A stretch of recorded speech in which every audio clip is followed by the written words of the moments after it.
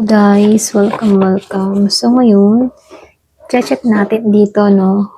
After ng mga betrayal na naranasan mo sa buhay mo, ano pa yung naghihintay sa'yo? Okay? Give me the message.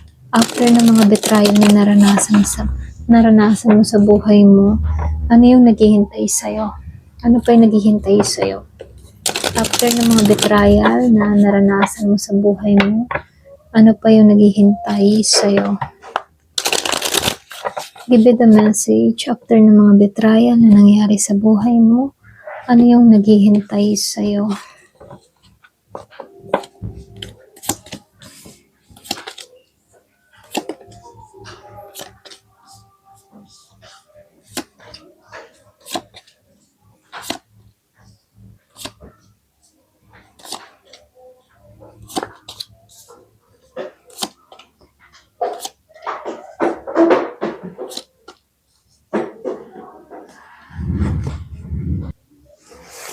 So, dito, no, meron akong nakikitang Aries, Leo, Sagittarius, Gemini, Libra, and Aquarius. Meron din akong nakikitang Scorpio, Cancer, and Pisces. Meron ding Taurus, Capricorn. Okay? Ayan. Start na tayo. So, dito, no, pagkatapos ng betrayal, ano yung mga naghihintay pa sa buhay mo? So, lumalabas dito kasi itong Knight of Wands reverse and the King of Wands reverse. Pareho silang naka-reverse dito, no? Kumbaga, yung iba sa inyo, no? Pagkatapos ng betrayal, talagang literal na nagalit ka talaga. Kumbaga, nawalan ka din ng focus dito, no? So, malakas dito yung fire sign, Aries, Leo, Sagittarius. Para bang napagod ka na sa pagiging strong. Pero ganun pa man, ano, nakikitaan ko kasi dito, may mga taong nangako sa'yo pero hindi naging consistent, okay? Like, kala mo totoong magsalita pero hindi naman ginawa. Pero kahit ganun, ano, meron ditong good news na parating dahil lumabas yung The Moon Reverse. Dito sa The Moon Reverse, lumalabas na dito yung katotohanan, ano. Nakikitaan ko dito na hindi ka na bulag. Unti-unti mong naiintindihan kung sino yung totoo at sino yung hindi. Okay? So, nakikitaan ko rin dito sa Eight of Cups reverse, then Page of Cups reverse.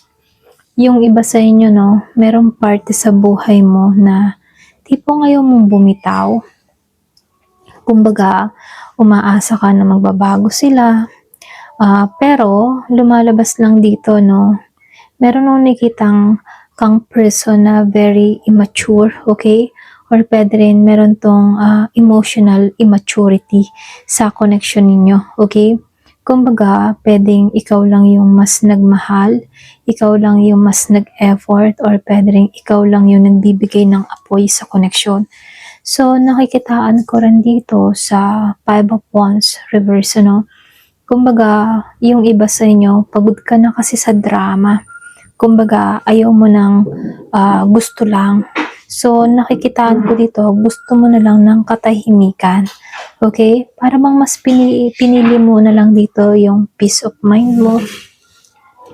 Then, nakikitaan ko rin dito sa Five of Swords, Upright, and the Justice Reverse. Ito yung pinaka-reality dito, no?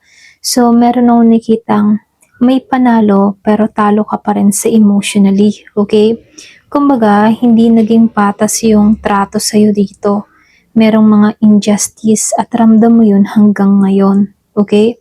So, nakikitaan ko rin dito sa Ace of Cups. Ito yung talagang naghihintay sa'yo, si Ace of Cups. Pwedeng bagong simula sa pag-ibig. Maaring bagong tao, bagong version mo, okay, para sa sarili mo. Yung totoo lang yung genuine emotion, ano. Genuine emotion, okay? Totoo lang yung emosyon. So, malinis, walang pandiling lang. So, nakikitaan ko dito, banayad, malinis, totoo.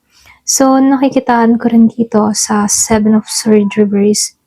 lahat ng lihim ay mahahayag. So, ibig sabihin, ikaw na rin mismo yung pipili ng katotohanan kaysa pagpilitan yung sarili sa ilusyon.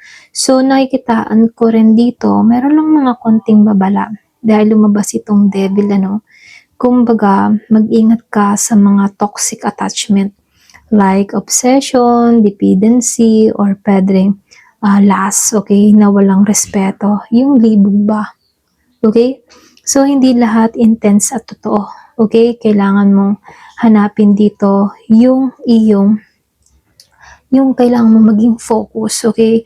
Kumbaga, huwag mo lang hanapin dito yung obsession o yung init ng katawan. Okay? So, nakikitaan ko rin dito sa Nine of Swords reverse, unti-unti kang maghihilom dito, lalo-lalo na sa mga sugat ng nakaraan mo. Okay? So, hindi man ito biglaan, pero nag-uumpisa na yung healing na nangyayari sa'yo. Okay?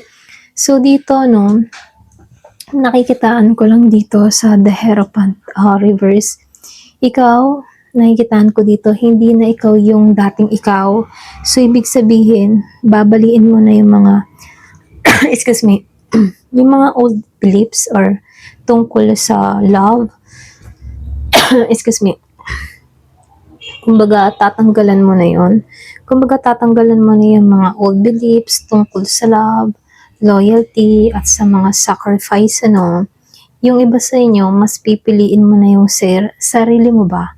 Okay? Mas pipiliin mo na yung sarili kaysa sa mga traditional nagtitiis, ganun, Yung mga tipo na magsama kayo sa hirap at ginhawa, hindi ka na ganun, Kapag nahihirapan ka na, bibitaw ka na. Mga ganun, Kumbaga hindi ka na mananatili sa mga tradisyon or mga sinaunang paniniwala, ganyan. So, nakikitaan ko lang dito pagkatapos ng mga betrayal na naghihintay or nangyari sa'yo, Ito yung naghihintay na sa'yo, okay? Kumbaga, pumapasok lang dito yung magiging malinaw ka na, alam mo na yung direction na tatahakin mo. Meron ako nakitang healing or pwede rin sabihin na healing sa emotion mo. Kumbaga, ikaw, mas malinis at tapat na yung pag-ibig na nanaisin mo. So, nakikitaan ko din dito na ikaw ay mas magiging matatag at mas magiging ka ng matalino, At hindi ka na basta-basta magpapaloko, okay? Kumbaga, yung betrayal, hindi ka sinira. Bagkos, ginising ka ito, okay? So, nakikitaan ko dito, ayan, pasensya sa ingay, ang lakas. Lakas kasi ng hangin. Ayan, ito lang nakikita ko, So, tingnan natin kasi meron akong nakikita ditong pag-ibig. So, kailan to papasok itong si Ace of Cups? So, nakaka-intriga to, Kailan papasok itong Ace of Cups sa buhay mo? Ayan, give me the message. Kailan papasok ang Ace of Cups sa buhay mo? Give me the message. Kailan papasok ang Ace of Cups sa buhay mo? Give me the message. Kailan papasok ang Ace of Cups sa buhay mo?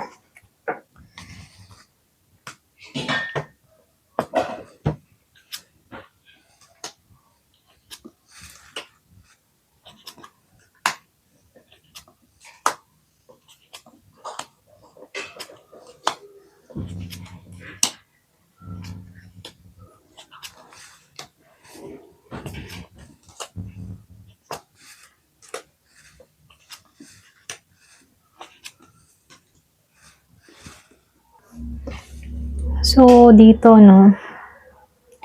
lumalabas, hindi halos lahat, Nakita ko dito yung Virgo, Hermit or Virgo dito, Meron din akong nakita ditong Nine of Cups. So, dito, sa Nine of Cups and the Hermit dito, para bang yung iba sa inyo, hindi ka pa fully ready emotionally pagdating sa bagong koneksyon. Meron ka pang loneliness dito, Pero, ayaw mong harapin yung bagong pag-ibig dito. Okay, kung merong nagpaparamdam dito, pwedeng ayaw mo muna. Pero, meron kang hinihiling na love, pero confused pa yung energy mo, okay? Kung pwedeng confused ka pa, kung ano ba talaga yung gusto mo. So, nakikitaan ko rin dito itong King of Swords reverse and the Ten of Swords upright. Kumbaga, yung iba sa inyo, meron ka pang natitirang sakit, malakas dito, Gemini, Libra, and Aquarius. Meron ka pang natitirang sakit mula sa mga betrayal na naranasan mo mula sa taong ito. Meron nung nakitang word na hindi ka nasabi or pwedeng may truth na hindi mo ma-acknowledge, Kailangan muna itong matapos. So, nakikitaan ko rin dito, itong Four of Pentacles and the Queen of Cups dito. Kumbaga, kailangan mo munang bitawan yung mga emotional attachment kahit masakit. So, ibig sabihin, huwag mong ubusin yung sarili mo sa pag-aalaga ng taong hindi marunong magbalik.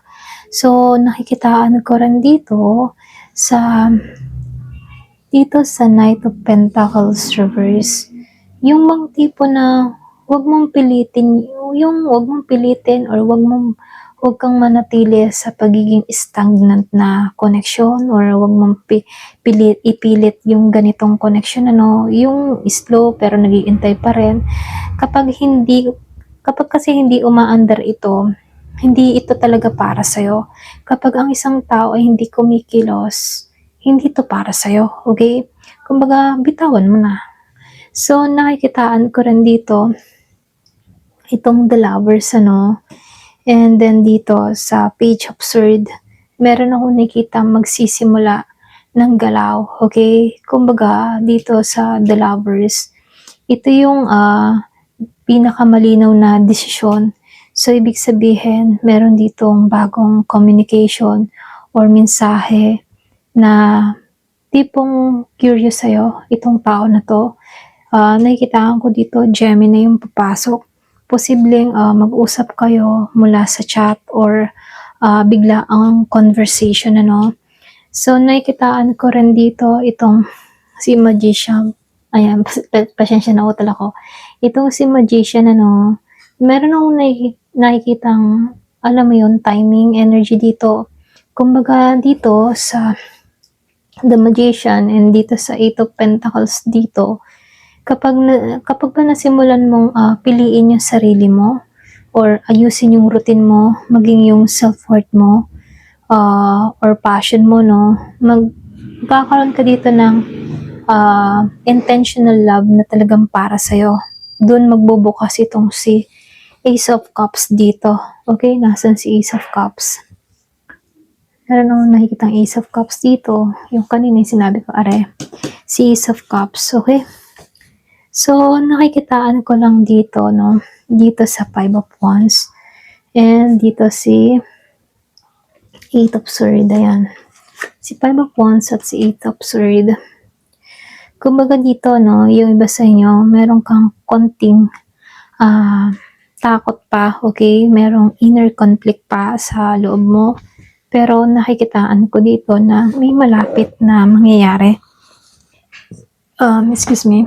So, nakikitaan ko dito yung estimate timing. Yung iba sa inyo, merong magpaparamdam, papasok na bago, new person sa buhay mo. Nakikitaan ko dito 2 to 3 months yung moment mula ngayon. So, pwedeng papasok to kapag tinanggap mo na tapos na yung nakaraan. Hindi ka na emotionally reactive dun sa taong yun. Handa ka nang magmuli uli kahit, handa ka nang magmahal muli kahit may takot, okay? So, dito, yung Ace of Cup, hindi lang ito basta darating or i-attract mo siya rito, okay? Hindi lang to basta darating sa'yo, ma-attract mo to. Dun papasok yung bagong pag-ibig, okay? So, ngayon, titingnan naman natin sino yung magdadala ng Ace of Cups sa buhay mo. Okay, sino to? Paano mo to makikilala?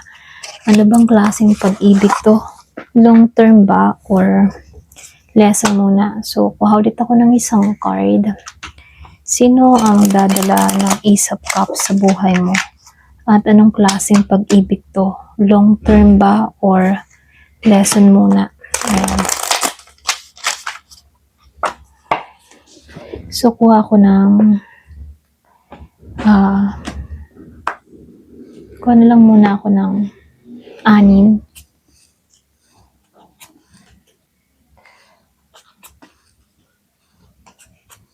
Kahit 8. 8hin ko na para balanse.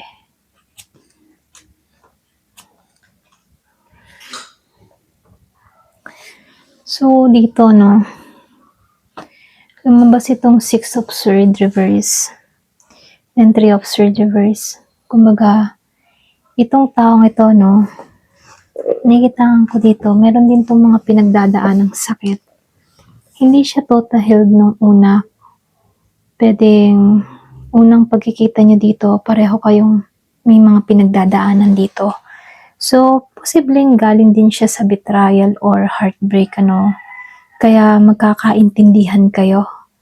So, nakikitaan ko rin dito, itong King of Swords upright. Nakikitaan ko dito matalino, logic, tahimik pero diretso siyang magsalita. Itong tao na to, hindi siya overly sweet sa simula, ano. Pero honest at malinaw yung kanyang intention rito. Pwedeng mas matured sa'yo or may mga authority siya. Meron akong nakikitang leadership energy. May pagka-boss, professional siya, or pwedeng advisor type. Ganun yung energy ng tao na to. So, nakikitaan ko rin dito, no, itong si The Magician dito. Hindi siya initiator, ano. So, lumalabas dito na siya yung gagalaw, magme-message, or pwedeng magyaya. May confidence at alam niya yung gusto niya. Ikaw to. Kumbaga, magugustuhan ka ng tao na to. Then, dito, no, lumabas itong the Moon and the 7 of Swords upright. Dito, nagiging interesting, ano. Kasi dito, meron akong nakikitang mystery. Pwedeng confuse muna sa umpisa. Hindi lahat sasabihin agad, ano. Either siya or ikaw. May tinatago. Pwedeng takot, past, or insecurity. Pwedeng yung tipong testing phase muna. Pwedeng itong tao na to, mag-iisip ba na safe ba na pagkatiwalaan ko to? Safe bang sabihin ko yung kahinaan ko? Pwedeng ikaw to, okay? Or pwedeng siya. Kumbaga, nakikitahan ko dito na hindi naman to fake love, ano? Pero may kailangan kayong harapin emotionally, okay? So, nakikitahan ko dito, no? Magiging tapat kayo rito. Meron akong nakikita lang konting lesson, okay? Kumbaga dito sa 3 of Wands upright, meron akong nakikitang future energy sa inyong dalawa, okay? Pwedeng possibly growth.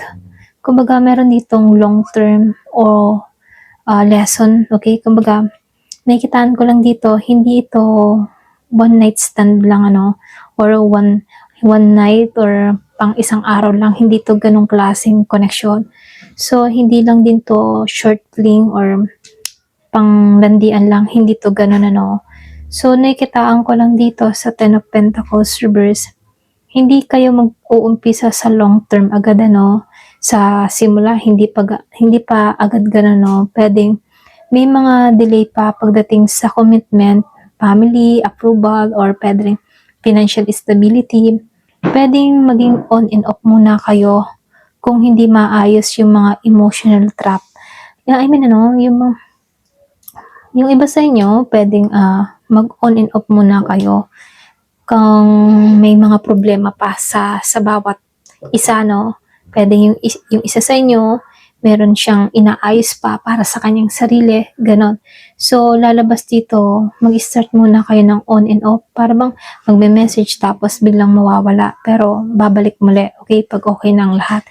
So, nakikitaan ko dito, yung klase ng pag-ibig na ito, hindi lang ito basta lesson, ano, hindi rin siya instant forever, pero pwede siya yung maging long term kung walang tinatago. May malinaw na boundaries at pareho kayong handang mag-heal, hindi magtago ng nararamdaman, ano. So, nakikitaan ko dito na hindi naman to lesson para sa'yo, okay? Kumbaga, nakikitaan ko dito na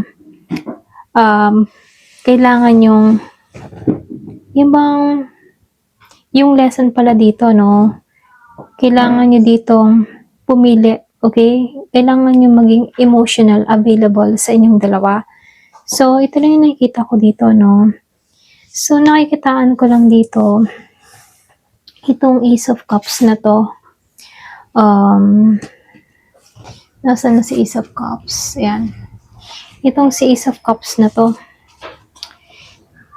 parating to para iligtas ka, okay? Darating siya para makipagsabayan sa'yo, hindi para buhatin ka.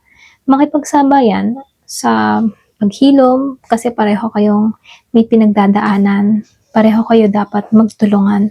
Okay? Ayan, ito lang nakikita ko. Thank you for watching. Love and peace.